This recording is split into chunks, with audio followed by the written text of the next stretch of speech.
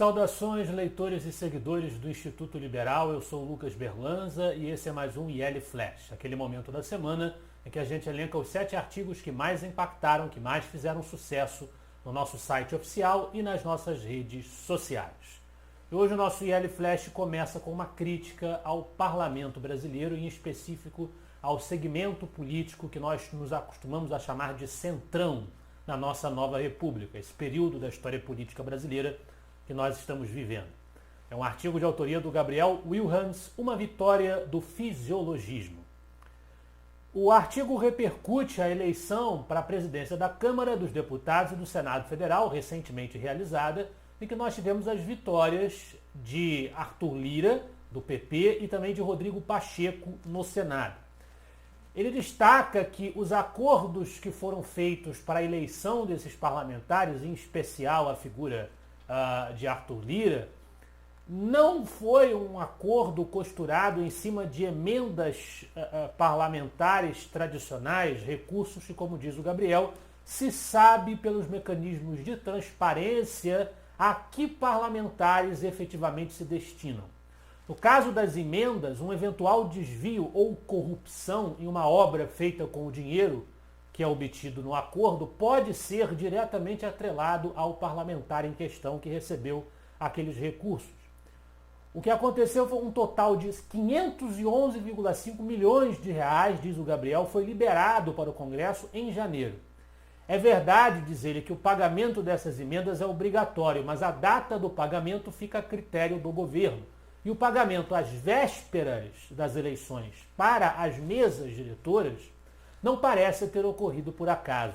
Por se tratar, diz ele, de um mal enraizado na cultura política brasileira, na forma como a nossa política funciona, lamentavelmente, não é fácil imaginar soluções para esse problema dessa força política que tudo faz apenas em cima de acordos, em cima de benefícios questionáveis, duvidosos, do ponto de vista moral, da moralidade administrativa, da moralidade pública, que o Gabriel Wilhans identifica com o rótulo de fisiologismo.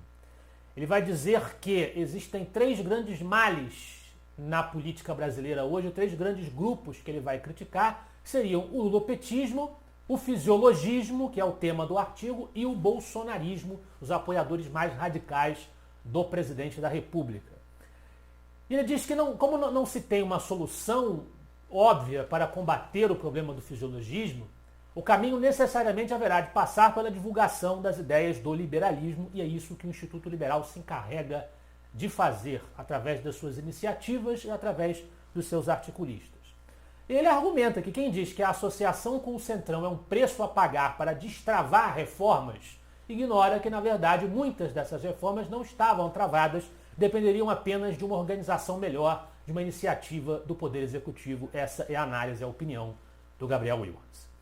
Falando em divulgação liberal, uma crítica ao intervencionismo com amplo recurso à visão da escola austríaca, em específico a visão do seu ramo misesiano, baseado na obra de Ludwig von Mises, se encontra no artigo do Vinícius Montgomery, mais um excelente artigo do Vinícius, com bastante profundidade de dados, detalhamento conceitual, os efeitos surpreendentes da acumulação de capital.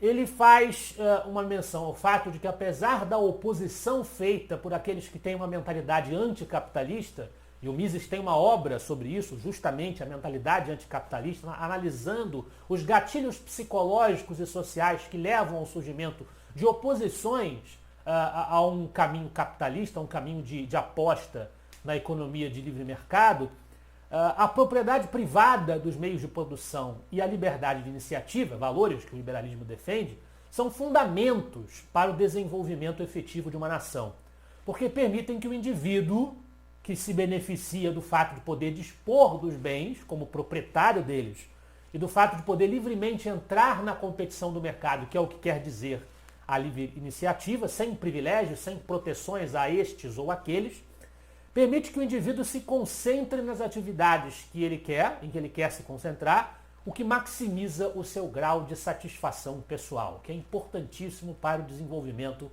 da efetiva prosperidade. Ainda no campo teórico, de uma análise teórica do problema do liberalismo, da questão do liberalismo, nós temos uma resenha do Gabriel Salvati, mais uma resenha que nos foi gentilmente enviada pelos nossos parceiros do Instituto Líderes do Amanhã, é a resenha do livro Como as Gigantes Caem, de Jim Collins. Jim Collins é um empresário e pesquisador que avaliou, fez um grande levantamento sobre a arrogância e as negligências tomadas pelos poderosos administradores e levam à decadência até dos grandes negócios, mesmo aqueles negócios que parecem mais bem estabelecidos, mais estavelmente assentados dentro da realidade econômica de um país ou em termos de multinacionais, mas que acabam colapsando, acabam dando errado em algum momento por uma série de erros. Ele vai analisar quais são estes erros, quais são estes problemas.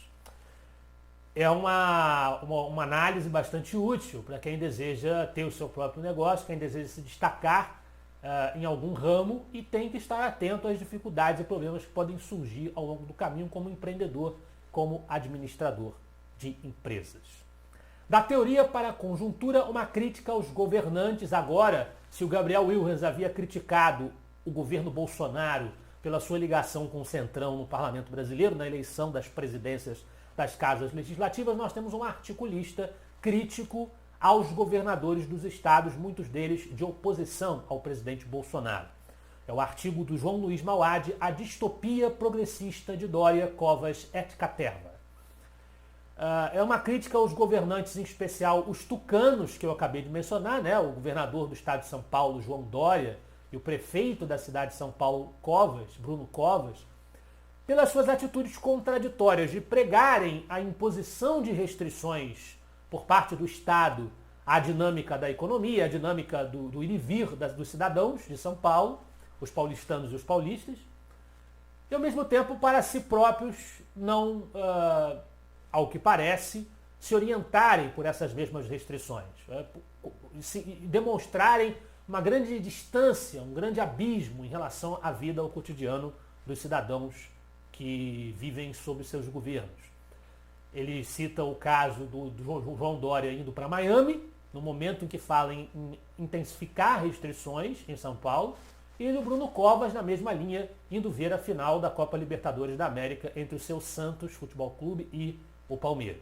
Contradições óbvias, ele usa para discutir este abismo que existe entre uma certa elite política e os cidadãos que vivem governados por ela no Brasil.